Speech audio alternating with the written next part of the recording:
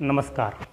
मी Ankush Shinde, new high school उच्च माध्यमिक विद्यालय करमाड येथील शिक्षक. आज आपण इयत्ता 10वीतील इतिहासाचं पहिलं प्रकरण इतिहास लेखन पाश्चात्य परंपरा याविषयी आपण बघणार आहोत. विद्यार्थी मित्रांनो, आपण या अगोदर 4थीपासून इतिहास शिकत आलेलो आहोत. 4थीचा आणि 9वीचा इथपर्यंत आपण जो इतिहास शिकला, तर या इतिहासाच्या संबंधित आपल्याला आणखीन थोडंसं आता 10वीचा जो इतिहास आहे तो वेगळ्या प्रकारचा आहे. आतापर्यंत आपण जो इतिहास बघितलेला आहे छत्रपती शिवाजी महाराजाच्या काळापासून तर पार तर त्या ठिकाणी आपण आधुनिक भारताचा इतिहास किंवा 9वीचा जो आपण इतिहास बघितलेला आहे तो वेगळा. परंतु आता जो आपल्याला अभ्यासाचा आहे तर ते एक इतिहास लेखन परंपरा कशी असते ही आपण या प्रकरणामध्ये बघणार आहोत. इतिहास लेखन पाश्चात्य परंपरा, पाश्चिमात्य विचारवंतांनी इतिहास लेखनासंबंधीची माहिती सांगितलेली आहे ती आपण आकलन करणार आहोत. इतिहास म्हणजे काय, तर इतिहासामध्ये म्हणजेच भूतकाळात घडून गेलेल्या ज्या घटना आहेत त्या घटनाचा आपण अभ्यास करतो त्याला आपण इतिहास असं म्हणतो. तर इतिहासासंबंधी जे आपल्याला माहिती मिळते तर ती पुराव्याच्या आधारे माहिती मिळत असते. त्या काळात घटना घडून गेलेल्या असतात. तसं विज्ञान आणि इतिहासामध्ये फरक आहे. विज्ञानामध्ये आपण प्रयोगाच्या माध्यमातून सिद्ध करून दाखवू शकतो, परंतु इतिहासाच्या मध्ये त्या ठिकाणी आपल्याला सिद्ध करता येत नाही. मग यामध्ये आपण इतिहास अभ्यास करत असताना तत्कालीन घटना कशा घडलेल्या आहेत आपण त्या काळात जाऊ शकत नाही. त्या काळात कोणती घटना घडली आपण प्रत्यक्ष तिथं पाहणी करण्यासाठी नसतो. विज्ञानामध्ये प्रयोगाच्या माध्यमातून आपण सातत्याने तो त्या ठिकाणी सिद्ध करून दाखवू शकतो. इतिहासामध्ये तसं नाही. म्हणून विद्यार्थी मित्रांनो, अभ्यास करत असताना आपल्याला त्या ठिकाणी या जे काही साधनं आहे ती साधनं महत्त्वाची आहे. जसं आपण 8वीमध्ये बघितलेलं आहे की इतिहास लेखनाची जी साधनं आहे त्या ठिकाणी भौतिक साधनं आहेत, लिखित साधनं आहेत, मौखिक साधनं आहेत. या साधनाच्या माध्यमातून आपण इतिहास लेखन करत असतो. मग याच पद्धतीने आपल्याला या इतिहास लेखनासंबंधीची माहिती बघणार आहोत. तर या ठिकाणी जे काही भूतकाळात जे घडून गेलेल्या घटना आहे त्याचा आपण क्रमशःने अभ्यास करत असताना जे पाश्चिमात्य विचारवंत आहे त्यांनी काही विचार या इतिहास लेखनासंबंधी मांडलेले आहेत. मग पूर्वीच्या काळामध्ये लोकांना इतिहासाबद्दल जागृती नव्हते का, इतिहास लेखन त्या ठिकाणी केलं जात नव्हतं का, नाही असं म्हणता येणार नाही. त्या काळामध्ये सुद्धा इतिहासाबद्दल किंवा त्या ठिकाणी लोकांना एक उत्सुकता होती किंवा ऐकण्याचं एक वेगळ्या प्रकारचा त्या ठिकाणी पायंडा होता. जसं गुहाचित्र आहे. आता त्या ठिकाणी गुहाचित्र त्या काळामध्ये त्या ठिकाणी होती किंवा त्या ठिकाणी जे काही काव्य आहेत किंवा जे काही चित्रकला होती त्या काळामध्ये. परंतु लोकांमध्ये एक आत्मीयता होती इतिहासाबद्दल, पण त्या ठिकाणी ते लिखित स्वरूपात कुठं आपल्याला बघायला जात नाही. म्हणून ग्रीक विचारवंत त्या ठिकाणी जे आहे हेरोडोटस यांनी पहिलं त्या ठिकाणी इतिहास लेखनासंबंधी विचार मांडले किंवा इतिहास लिहिला गेला, म्हणून आपण त्यांना इतिहासाचा जनक असं म्हटले गेलेलं आहे. मग या संबंधी त्या ठिकाणी आपल्याला जे काही महत्त्वाचे पुराव्याच्या आधारे आपण इतिहास लेखन केलं जातं. इतिहास लेखन करत असताना आपल्याला भूतकाळात घडून गेलेल्या घटनाचा जो अभ्यास करावा लागतो, तर त्या काळामध्ये त्या ठिकाणी जी वंशावळ आहे त्या वंशावळीचा आपण अभ्यास करतो. पुरातत्व खातं आहे, अभिलेखागार आहेत, त्या ठिकाणी जे काही अक्षरवटिकाशास्त्र आहेत तर याचा आपण अभ्यास करतो. मग याचा आपण क्रमशः अभ्यास करत असताना जसं अक्षरवटिकाशास्त्र म्हणजे काय, मग त्या काळातली लिपी कोणती होती, त्या काळामध्ये जी लिपी वापरल्या जायची, जे त्या ठिकाणी शब्द होते त्याचा आपण अभ्यास करणं गरजेचं आहे.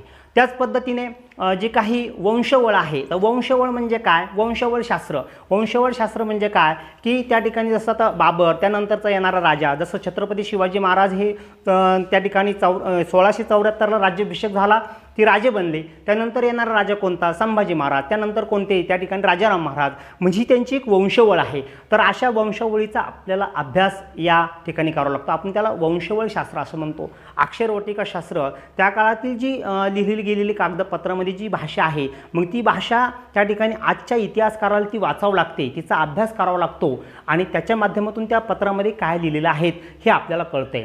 त्यानंतर अभिलेखागार, आज दिल्लीमध्ये आपण सर्वात मोठं अभिलेखागार बघितलेला आहे. त्याच्यामध्ये त्या ठिकाणी जे काही अभिलेखे आहेत, दस्तऐवज आहेत ते त्या ठिकाणी लिहून ठेवलेले आहेत, त्याचा अभ्यास आपण करणं गरजेचं आहे. त्या ठिकाणी पुरातत्व विभागाकडे जे आहे तर पुरातत्व विभागाकडे जे काही पुराण वस्तू आहे, वस्तू संग्रहालय आहेत त्या ठेवल्या जातात आणि त्याचा इतिहास लेखनासंबंधी आपल्याला निश्चितच अभ्यास करत असताना आपल्याला फायदा होत असतो किंवा त्याचा आपल्याला त्या ठिकाणी लक्षात येत असतं.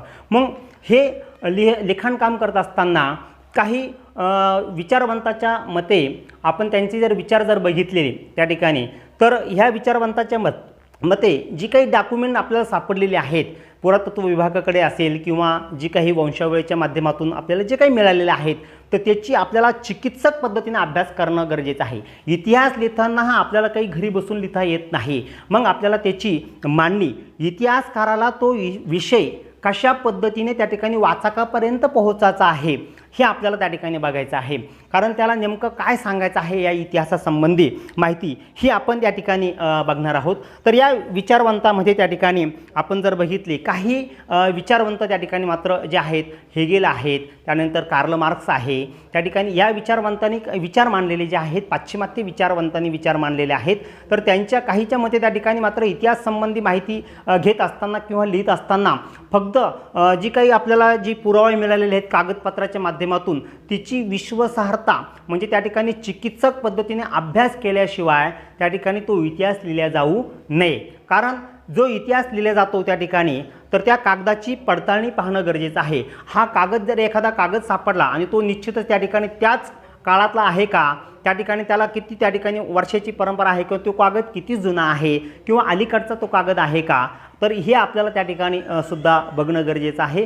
कारण अशा वेळेस काय होतं त्या ठिकाणी की चुकीचा इतिहास हा लिहिला जाऊ शकतो. म्हणून इतिहासकारामध्ये त्या ठिकाणी जे त्या ठिकाणी रेने देकार्त आहे, रेने देकार्तनी हेच विचार मांडलेले आहे की इतिहासासंबंधी आपण माहिती गोळा करत असताना त्या कागदाची पडताळणी होणं गरजेचं आहे, ती विश्वासार्हता त्या ठिकाणी तपासणं गरजेचं आहे. त्यानंतरचे जे विचारवंत त्या ठिकाणी व्हॉल्टेअर हा जो एक विचारवंत आहे, तर या विचारवंताने त्या ठिकाणी सांगितलेलं आहे की त्या काळातला तुम्ही इतिहास लिहित असताना फक्त कागदाचीच पडताळणी पाहणं किंवा विश्वासार्हता तपासून पाहणं हा इतिहास त्या ठिकाणी लिहित असताना आपण त्या काळातील त्या ठिकाणी हवामान कसं होतं, त्या ठिकाणी आर्थिक परिस्थिती कशी होती, व्यापार त्या ठिकाणी त्यांचे व्यवहार कसे चालायचे, आर्थिक उदरनिर्वाह कसा होता, म्हणजे तत्कालीन घटना त्या काळामध्ये कशा प्रकारचं एकंदरीत त्या ठिकाणी अर्थव्यवस्था होती याचा सुद्धा विचार करणं गरजेचं आहे. म्हणून त्या ठिकाणी व्हॉल्टेअर याला त्या ठिकाणी आपण आधुनिक इतिहासाचा जनक म्हटले गेलेलं आहे. त्याची विश्वासार्हता पडताळून पाहणं हे महत्त्वाचं त्या ठिकाणी आहे. अशा या एकंदरीत विषयासंबंधी त्या ठिकाणी संकलित माहिती आपल्याला करून घेणं गरजेचं आहे. त्यानंतर फेडरिकने सुद्धा त्या ठिकाणी काही इतिहास संबंधी विचार मांडलेले आहेत. तर फेडरिकसुद्धा त्या ठिकाणी या त्या तत्कालीन काळातील त्या ठिकाणी परिस्थितीचा विवेचन करून त्या ठिकाणी इतिहासासंबंधी आपल्याला माहिती कशी संकलित करता येईल हे विचार त्या ठिकाणी फेडरिक यांनी सुद्धा मांडलेले आहेत. त्यानंतर फेडरिकचं त्या ठिकाणी जे काही विचार आहे इतिहासासंबंधी, त्यांनी सांगितलं की त्या ठिकाणी भावभावना, त्या ठिकाणी सुखदुःख हे ज्या गोष्टी आहे त्या ठिकाणी एकच गोष्ट त्या ठिकाणी आपण म्हणजे एकाच नाण्याची जी बाजू आहे, एकाच बाजूचा विचार न करताना इतिहासकाराने दोन्ही बाजूंचा विचार करून त्या ठिकाणी इतिहास संबंधी त्या ठिकाणी माहिती सांगितलेली आहे.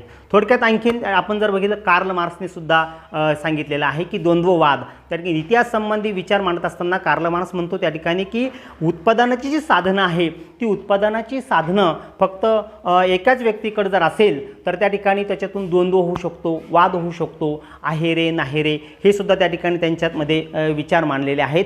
जेणेकरून त्या ठिकाणी त्याची त्या ठिकाणी जे द्वंद्ववाद आहे तो होऊ नये म्हणून जी साधनं आहे त्या साधनाचा समप्रमाणामध्ये वाटप केले गेलं पाहिजे असं त्या ठिकाणी कार्ल मार्क्स सांगितलं. त्यांनी दास कॅपिटलमध्ये या ग्रंथामध्ये सुद्धा या इतिहास लेखनासंबंधी विचार मांडले गेलेले आहेत. विद्यार्थी मित्रांनो, त्यानंतर ॲनल्स प्रणाली जी एक त्या ठिकाणी इतिहासासंबंधी एक महत्त्वाचा मुद्दा आहे, ॲनल्स प्रणाली. तर ॲनल्स प्रणाली ही एक आधुनिक इतिहास लेखनासंबंधी महत्त्वाची त्या ठिकाणी विचारसरणी आहे. ॲनल्स प्रणालीमध्ये त्या ठिकाणी जे विचार मांडले गेलेले आहेत तर ते सुद्धा त्या ठिकाणी आधुनिक इतिहास लेखन कशा पद्धतीचं असावं, म्हणजे तत्कालीन घटना त्या ठिकाणी जी घडली तर त्या घटनेमध्ये किंवा त्या वेळेस त्या ठिकाणी कशा पद्धतीने त्या ठिकाणी आपण ते विचार मांडतो हे एक त्या ॲनल्स प्रणालीमध्ये सांगितलेलं आहे की जेणेकरून त्या ठिकाणी जी सत्यता आहे त्या काळामध्ये त्या ठिकाणी जे काही घडून गेलेल्या घटना आहे त्या घटनेचा आपण ज्यावेळेस अभ्यास करतो मग त्यावेळेस हवामानास फक्त त्या ठिकाणी युद्ध किंवा त्या ठिकाणी राजे, त्यांची वंशवळ, अक्षरवटिका एवढाच अभ्यास न करताना त्याही पलीकडे आपण त्याचे विचार त्या ठिकाणी बघितलेले ॲनल्स प्रणालीमध्ये एक नवीन आलेली पद्धत त्या ठिकाणी जी इतिहासामध्ये आहे त्या पद्धतीमध्ये त्या ठिकाणी मात्र तत्कालीन काळातील हवामान कसं होतं, त्या काळातील त्या ठिकाणी आर्थिक परिस्थिती कशी होती, व्यापार कसा चालायचा, अर्थव्यवहार त्यांचे कसे होते, उदरनिर्वाह कसा प्रकारचा भागवला जायचा, म्हणजे अशा या एकंदरीत विचार प्रणालीमध्ये आपण जर विचार केला किंवा त्या ठिकाणी बघितलं की ही एक ॲनल्स प्रणाली ही आधुनिक इतिहास लेखनासंबंधी महत्त्वाचं त्या ठिकाणी मानलं जातं. म्हणून विद्यार्थी मित्रांनो, हे पाश्चिमात्य जे विचारसरणी आहे या पाश्चिमात्य विचारसरणीतून एक परंपरा, इतिहास लेखनासंबंधीची परंपरा आज आपल्याला त्या ठिकाणी आपण बघितलेले आहेत. अशा पद्धतीने या ठिकाणी इतिहास लेखन आणि पाश्चात्य परंपरा ही जर आपण बघितली तर एक इतिहासासंबंधी एक लेखन केलं जातं आणि चिकित्सक पद्धतीने त्याचा अभ्यास केला जातो, चिकित्सक पद्धतीने त्याची मांडणी केली जाते. म्हणून त्या ठिकाणी जे काही अभ्यास चिकित्सक पद्धतीने अभ्यास करून त्याची मांडणी करतात आपण त्याला इतिहासकार असं म्हणतो. म्हणून इतिहास त्या ठिकाणी लिहित असताना त्या ठिकाणी आपल्याला त्या सत्यापर्यंत पोहोचणं, त्या ठिकाणी तर्क लावणं हा त्या ठिकाणी इतिहासाचा नियम नाही. त्या ठिकाणी एखाद्या वेळेस आपण एखादी घटना घडली आणि तिला कुठेतरी त्या ठिकाणी तर्क लावतो की असं असावं, अशा प्रकारचा हा तर्क इतिहासाला त्या ठिकाणी किंवा काही इतिहासकाराला ते मान्य नाही किंवा सत्यापर्यंत आपण पोहोचलं पाहिजे. त्या सत्यापर्यंत जर आपण पोहोचलो नाही तर इतिहास हा अपूर्ण स्वरूपाचा असतो. म्हणून वाचकापर्यंत त्या ठिकाणी जी वस्तुनिष्ठता आहे फक्त वस्तुनिष्ठतेवरच भर न देताना त्याची त्या ठिकाणी मात्र चिकित्सक पद्धतीने किंवा त्या ठिकाणी सत्यापर्यंत पोहोचल्याशिवाय इतिहास लिहिला जाऊ नये आणि वाचकापर्यंत खऱ्या अर्थाने त्या ठिकाणी कसा इतिहास पोहोचला जाईल अशा संबंधीचं ज्ञान किंवा त्या ठिकाणी अशा संबंधीचं मार्गदर्शन या इतिहासकारांनी त्या ठिकाणी आपल्याला सांगितलेलं आहे. म्हणून आधुनिक इतिहास लेखनासंबंधीचं सुद्धा एक संकलित अशा प्रकारचं इतिहास लेखन हे वाचकापर्यंत इतिहास लेखन श्रेयवण इतिहास लेखनासंबंधीचं त्या हा आधुनिक विचार त्या ठिकाणी आलेला आहेत. तर या माध्यमातून त्या ठिकाणी स्त्री इतिहास लेखनासंबंधी जे विचार मांडले गेलेले आहेत स्त्रियांच्याबद्दल, त्या ठिकाणी स्त्रियांना आधुनिक त्या ठिकाणी जे काही निगडीत भाग आहे तो महत्त्वाचा आहे. स्त्री आणि पुरुष समानता अशा प्रकारचा सुद्धा त्या ठिकाणी भाग आलेला आहे. स्त्रीच्या त्या ठिकाणी कौटुंबिक जी माहिती त्या ठिकाणी आपण सांगितली जाते किंवा कौटुंबिक विषयासंबंधी स्त्रियांचं जे आकलन त्या ठिकाणी केलं जातं, आयुष्यात फक्त त्या ठिकाणी त्यांचं स्त्रियांचं कुटुंबापुरतंच मर्यादित नसताना स्त्रियांनासुद्धा त्या ठिकाणी एक वेगळ्या प्रकारचं त्या ठिकाणी एक विषयामध्ये उतरलं गेलं पाहिजे. म्हणून इतिहास लेखनासंबंधी जे काही स्त्रीवादी इतिहास लेखन आहे हे सुद्धा महत्त्वाचं आहे, जेणेकरून त्या ठिकाणी स्त्रियांनासुद्धा समाजामध्ये वागण्याचं किंवा त्या ठिकाणी वावरण्याचं एक चांगल्या प्रकारचं त्या ठिकाणी स्थान मिळावं या संबंधीसुद्धा या स्त्रीवादी इतिहास लेखनासंबंधी आपण माहिती बघितलेली आहे किंवा त्या ठिकाणी बघणार आहोत. ट्रेड युनियन अशा प्रकारची एक त्या ठिकाणी जी संस्था आहे त्या संस्थेमध्ये सुद्धा त्या ठिकाणी स्त्रियांच्या लेखनासंबंधी एक विचार मांडले गेलेले आहेत, जेणेकरून स्त्रियांनासुद्धा त्या ठिकाणी या समाजामध्ये वागण्यासाठी म्हणजे तत्कालीन काळामध्ये सुद्धा त्या ठिकाणी स्त्री एक राज्यकर्ती होती किंवा स्त्रियांनी सुद्धा राज्य केलेलं होतं. मग आजही त्या ठिकाणी मात्र आधुनिक काळामध्ये स्त्रियांना एक महत्त्वाचं स्थान असावं या संबंधी त्या ठिकाणी मात्र निगडीत या नोकरी संबंधी असेल, रोजगार संबंधी असेल, त्या ठिकाणी वेगवेगळ्या प्रकारच्या ज्या काही कार्यक्षेत्र आहे त्या क्षेत्रामध्ये स्त्रियांनासुद्धा त्या ठिकाणी महत्त्वाचे स्थान देण्यात यावं अशा प्रकारचं स्त्रीवादी इतिहास लेखनसुद्धा या इतिहास संबंधी केलेले आहेत. त्यानंतरचा आपण जे एक विचारवंत त्या ठिकाणी बघणार आहोत तो मायकेल फुको. हा मायकेल फुको जो विचारवंत आहेत यांनीसुद्धा त्या ठिकाणी या इतिहास लेखनासंबंधी विचार या ठिकाणी मांडलेले आहेत. मायकेल फुको यांनी त्या ठिकाणी इतिहास संबंधी एक इतिहास लेखन ही एक अखंडित चालणारी परंपरा आहे, ही कुठं खंडित होणार नाही. कारण आज त्या ठिकाणी आजचा दिवस गेला की उद्या तो इतिहासात जमा झालेला आहे. भूतकाळात जो गेलेला दिवस आहे तो त्या ठिकाणी मात्र इतिहास लेखनासंबंधी आपण माहिती त्याची गोळा करू शकतो. म्हणून मायकेल फुको सुद्धा त्या ठिकाणी अशा प्रकारचे विचार मांडतो की जेणेकरून त्या ठिकाणी इतिहास लेखन ही न संपणारी अशी नाही, त्या ठिकाणी इतिहास लिहिला आणि तो संपला असं नाही, तर ती एक अखंडित चालणारी एक परंपरा आहे आणि या परंपरेच्या माध्यमातून आपल्याला त्या ठिकाणी त्याची दूरदृष्टी ठेवून तो इतिहास वाचकापर्यंत पोहोचण्याचं काम या ठिकाणी केलेलं आहे. यापूर्वी जे विचारात न घेतलेले काही त्या ठिकाणी मात्र मुद्दे आहेत की जेणेकरून त्या ठिकाणी जे काय त्या काळामधील त्या ठिकाणी तुरुंगवास होते, त्या काळामध्ये त्या ठिकाणी जसे अंधारे काळे कोठडी म्हणून त्या ठिकाणी तुरुंगवासाची शिक्षा दिली जायची, इतर काही ज्या शिक्षा होत्या म्हणजे ते सुद्धा त्या ठिकाणी या इतिहासापर्यंत वाचकापर्यंत पोहोचण्याचं काम केलं जावं असं मायकल फुको यांनी त्या ठिकाणी सांगितलेलं आहे. त्याच पद्धतीने त्या काळामधील संगीत कला होती, नृत्यकला होती, गायन होते, हे सगळ्या ज्या गोष्टी आहे त्याचं आकलन, त्याचा अभ्यास हा वाचकापर्यंत पोहोचलावा, हे पाश्चिमात्य विचारसरणीची त्या ठिकाणी एक त्यांची एक आजी आहे की जेणेकरून त्या ठिकाणी हे लोकांपर्यंत पोहोचलं गेलं पाहिजे.